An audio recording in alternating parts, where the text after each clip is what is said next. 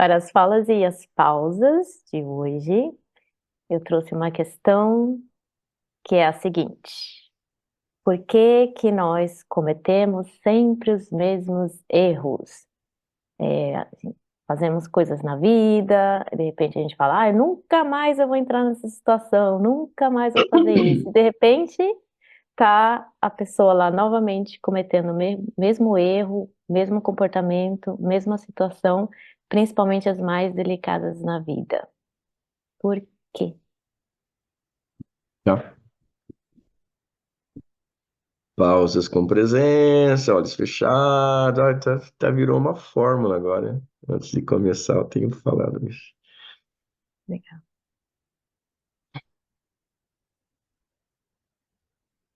Bom, eu não diria que nós sempre repetimos os mesmos erros. Eu diria, pela minha observação, que nós tendemos a repetir sempre os mesmos erros. Eu não acho que isso seja algo genérico, sempre. Pode ser que não, eu não repita, pode ser que uma pessoa não repita, porque existe uma saída para isso. É, o que, o que me ocorre com essa pergunta, eu acho essa pergunta bastante importante, porque de fato muitas pessoas repetem sempre os mesmos equívocos, dando mais ou menos os mesmos resultados. Resultados negativos, na maioria das vezes. Porque senão não era erro, né? Resultado negativo é porque foi erro, foi equívoco. Havia uma maneira mais saudável, mais equilibrada, mais sábia de atuar. Eu tenho a impressão que existem muitos motivos, mas o motivo principal é a própria inconsciência. O motivo principal é nós estarmos mais na mente do que na percepção. Nós estarmos sempre remoendo, na maioria das vezes estamos remoendo coisas, não atentos ao que de fato nós estamos fazendo, e não atentos a, ao que de fato está acontecendo.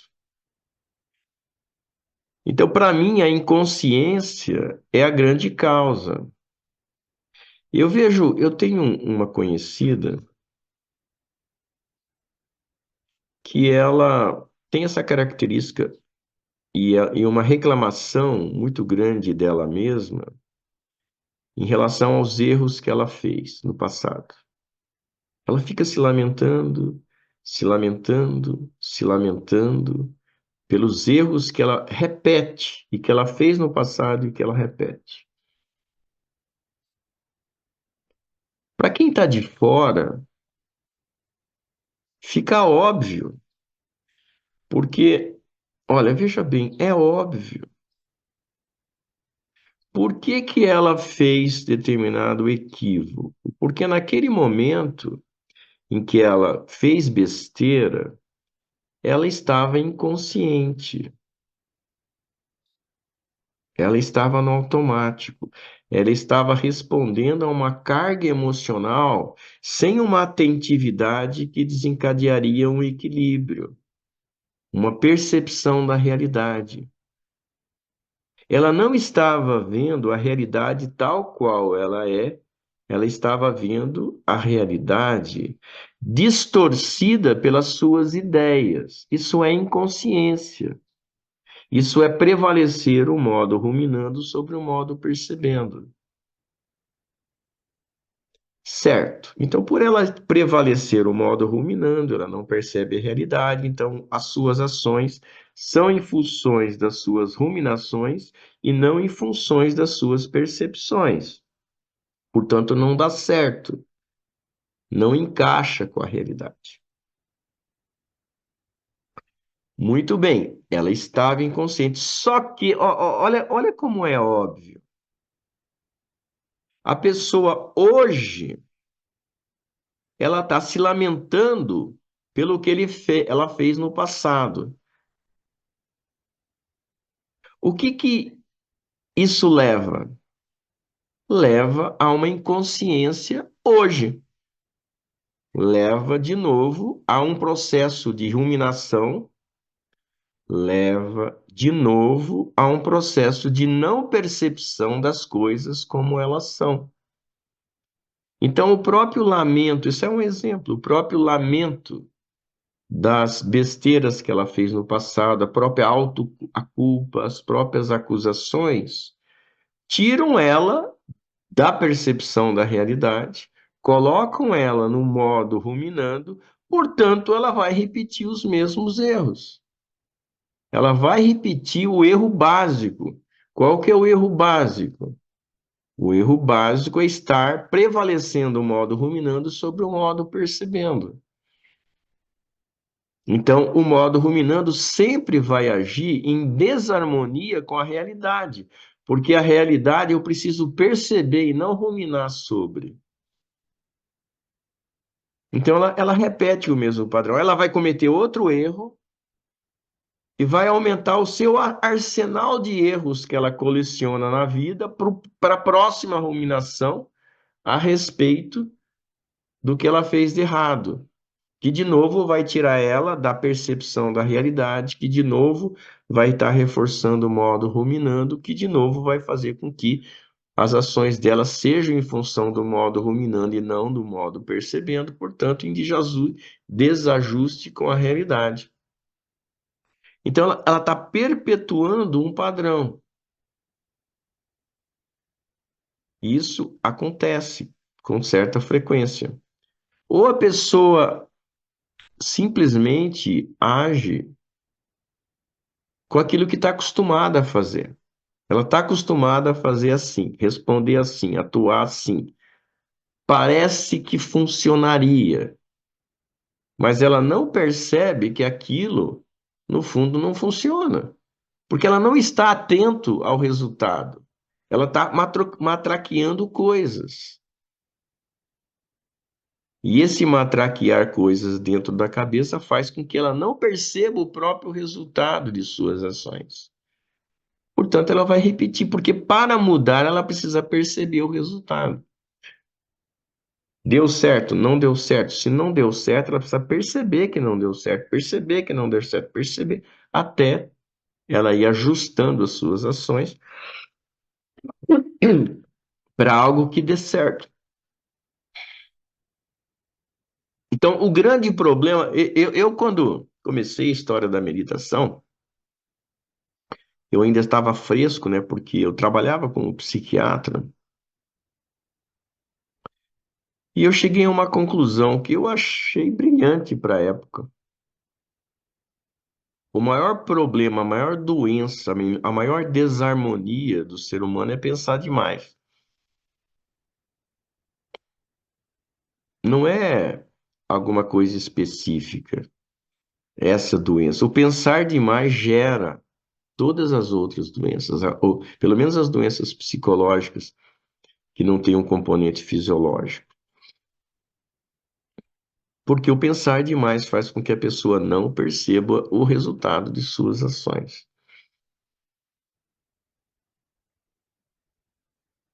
E essa história de chamar a presença fica só teórica. A pessoa não fica realmente atenta a esse momento. Portanto, ela não percebe o resultado de suas ações. O que existe é que a gente criou um monstro dentro da gente. Um monstro das ideias, das próprias opiniões.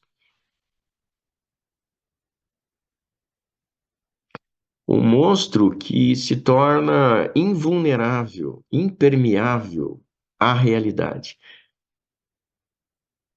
Não existe o interesse da pessoa em descobrir o que de fato está acontecendo. Qual que é a situação real?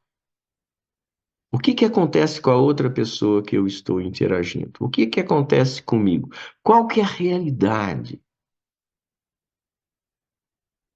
A busca não é pela realidade. Olha a profundidade disso.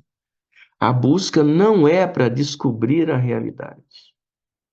A busca é para acusar, se defender, argumentar contra, seja verdade ou não. Eu preciso ganhar a discussão. Aí a pessoa começa a acreditar em coisas cada vez mais absurdas. Ela se agarra àquilo, ela não está buscando a realidade. Então, se a outra pessoa fala alguma coisa, existe um rebater imediato.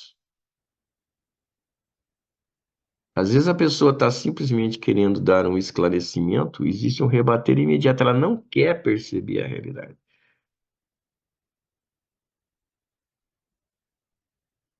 Existe uma ameaça.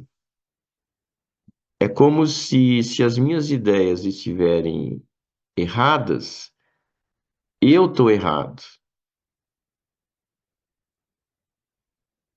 Eu me destroço, eu me implodo se as minhas ideias estiverem erradas. Aí eu fico possesso se alguém ameaça as minhas ideias. Porque o objetivo não é a realidade, o objetivo é a autodefesa. O ego tomou conta de vez. O ego está fazendo a festa. O antídoto do ego é a busca autêntica pela realidade. O ego é acreditar numa outra ideia, numa outra visão que não tem a ver com a realidade. Mas eu preciso me agarrar àquilo.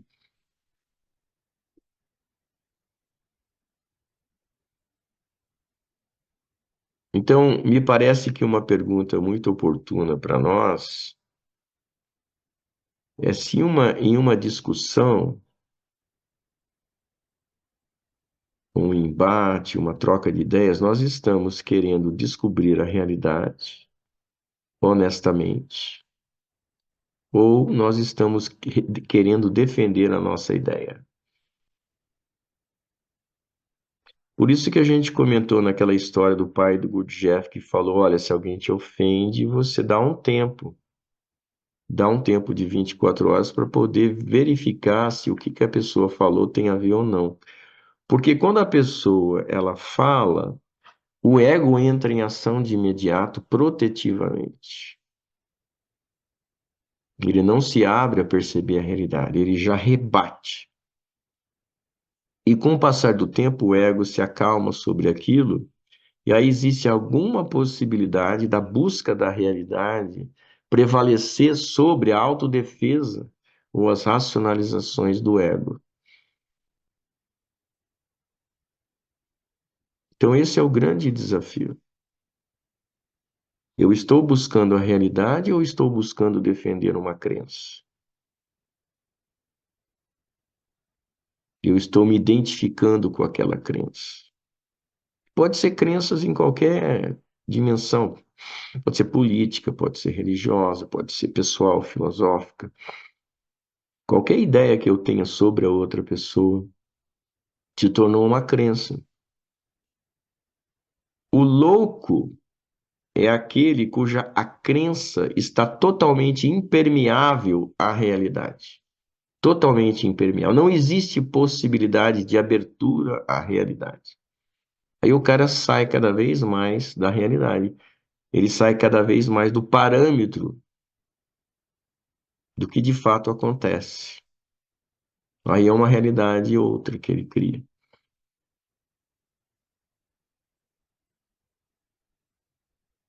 E seria muito bom, né,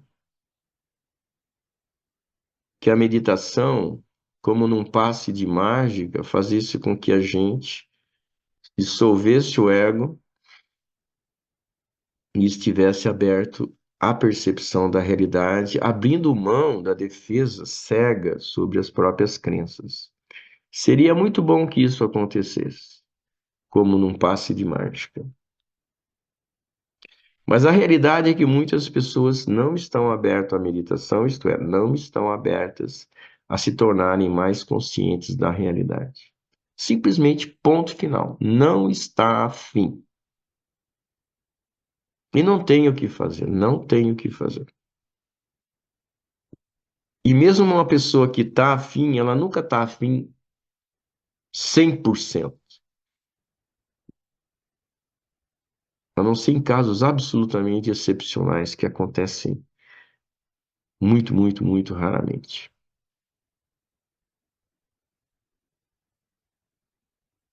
Então,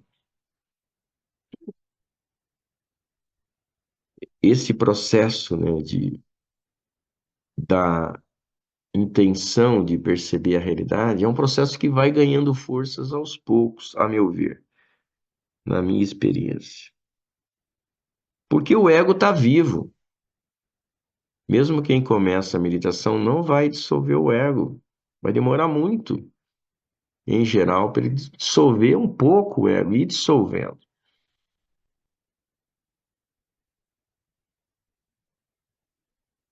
Enquanto tiver o ego, existe essa defesa, existe essa cegueira voluntária de não perceber aspectos da realidade.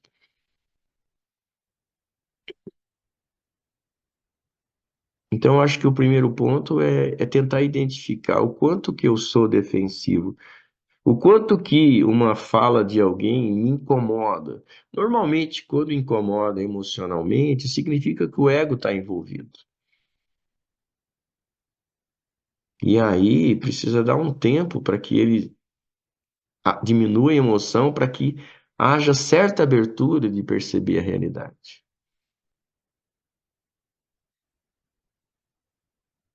E eu creio que é um processo longo de ir percebendo cada vez mais dissolvendo o ego, e cada vez mais se dando conta de que eu estar errado, minha crença está errada, não pega nada. Não tem nada demais. Ótimo. Tudo bem, eu não preciso me agarrar àquilo. Mas até ela chegar a esse ponto de começar a entender que se ela tiver errada, não tem nada demais, não tem problema. Quando ela percebe que ela está errada, não significa a implosão dela mesma, porque ela não está mais identificada com aquilo. Quando existe a consciência que vai sendo alimentada pela mente, o que nós somos a consciência, e não o turbilhão de pensamentos e de defesas e de projeções que correm na nossa mente. Nós somos a consciência, aí começa a vir a desidentificação. Aí eu posso perceber a realidade, porque eu não sou aquilo,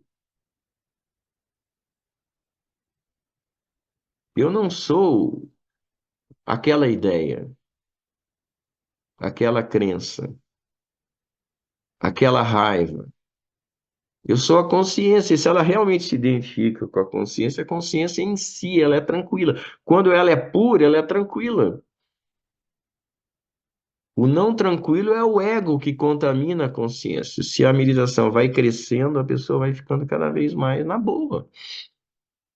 Eu não preciso defender nada.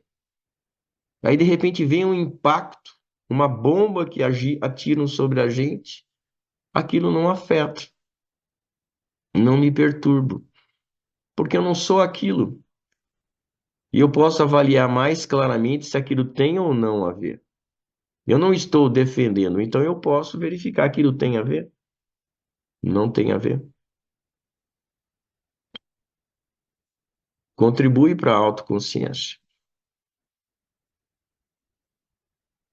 Para mim, o processo de evolução humana, crescimento humano, ela se baseia, ela está enraizada no quanto eu me permito ter autoconsciência de uma maneira desimpedida, sem defesas, sem necessidade de defesa. Porque para algumas pessoas, se elas forem se abrir a perceber a realidade e ver a diferença da realidade em relação às suas próprias ideias, ela vai ter, ela vai entrar em psicose, ela vai entrar numa depressão profunda, porque ela está muito identificada com as ideias.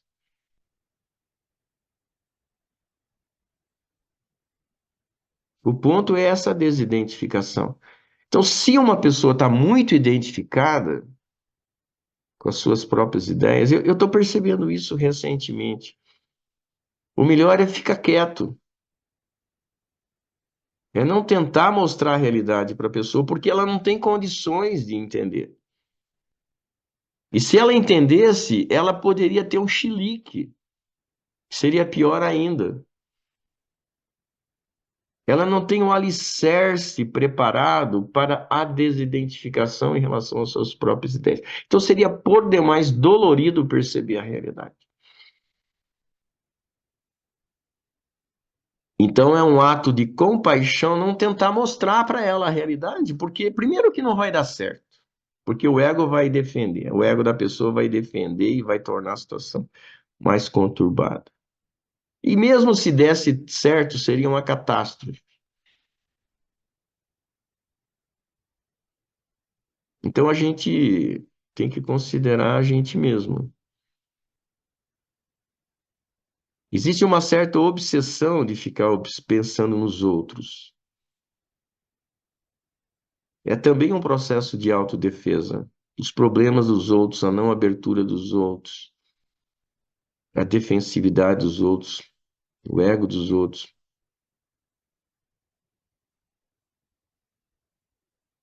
Agora, quanto nós estamos realmente abertos, neutros, sem bloqueios em relação à autoconsciência verdadeira. O quanto nós estamos priorizando a consciência desidentificada, porque a consciência sempre é desidentificada. Se houver identificação, ela não é consciência pura.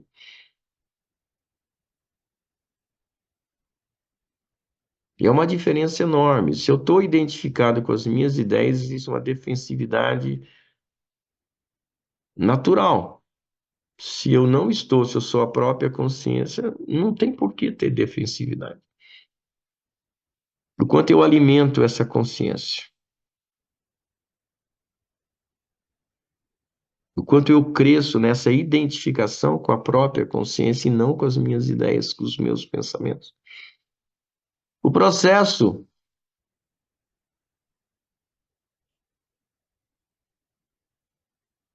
num primeiro momento, parece que é rápido, que é simples, mas eu vejo que é um processo e requer tempo, passo, passo, passo a passo, passo a passo, passo a passo. Passo a passo de desenvolvimento da presença, de identificação com a consciência, passo a passo de começar a desqualificar o ego, desqualificar as próprias ideias, diminuir a nossa identificação com ele.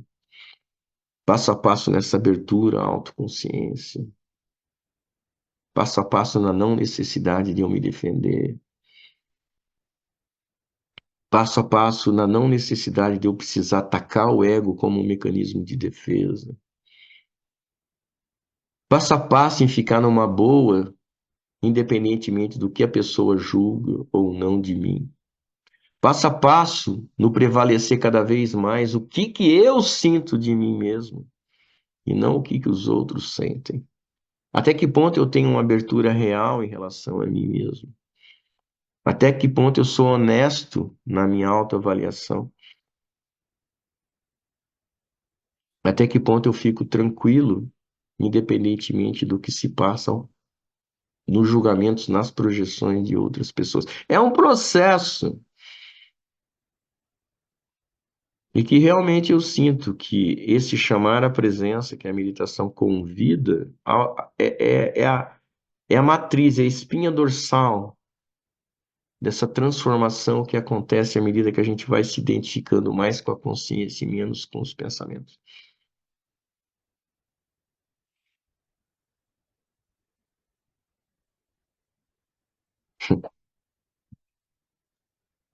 E aí, Tá bastante inspirado hoje. Foi muito bom. é mesmo, né? Um vídeo muito bom. É, cobriu muita coisa. Eu senti que no vídeo anterior ficou um pouquinho assim de algo a mais para ser explorado, e nesse aqui a gente meio que concluiu o que faltou no outro. Então, cobriu muita coisa.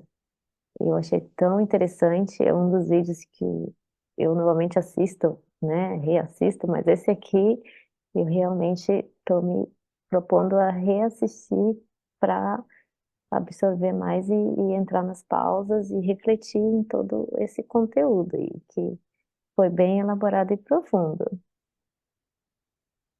Tá bom. É isso aí, né?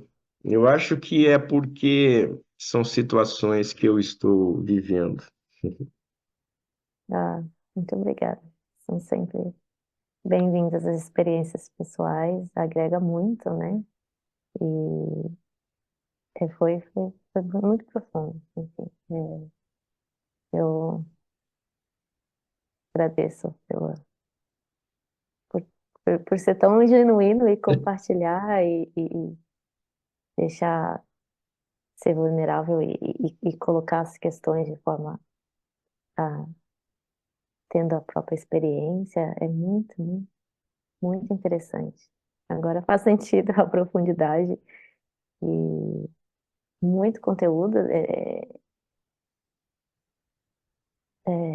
cobriu situações assim que traz insight para cada pessoa que eu vi assim tem uma situação que dá para se identificar, sabe? E acho que é por isso. Aí, vou assistir de novo também. Ah, que legal. Tá bom, Vera. Obrigado, viu? Obrigada. Um abraço. Tchau.